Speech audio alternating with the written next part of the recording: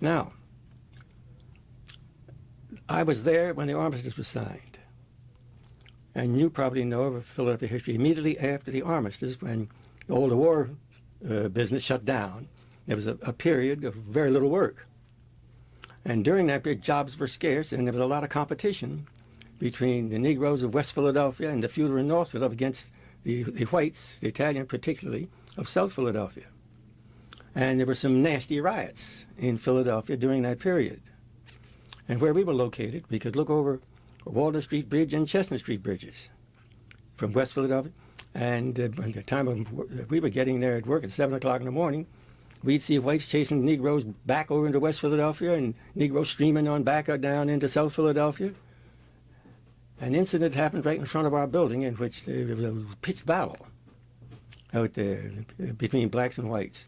I say black now, that was, you never heard the word black in those days. Colored, right? Well, that very night, afternoon, after this big fight was out there, still people milling around, when I went down the steps of the building where we were, 31st and Chestnut Street, Drexel now has that whole location, went down to hit the pavement. There were 5 or 6 of the men, not from the shop, just standing around. When I hit the pavement and walked up Chestnut Street to go to 32nd to go up to take the elevator, they fell in right behind me and started walking up the street. Oh, woof, I didn't know what this was. Got to the corner, went up. They walked just like that till I hit the elevated steps, and they stayed at the foot of those steps till I got up the top. Then I looked back down and they went on away. I went up and told my father about it. My father says, I never dreamed, I'll never forget his words, really, because my father said, I never dreamed I could raise such a dumb son.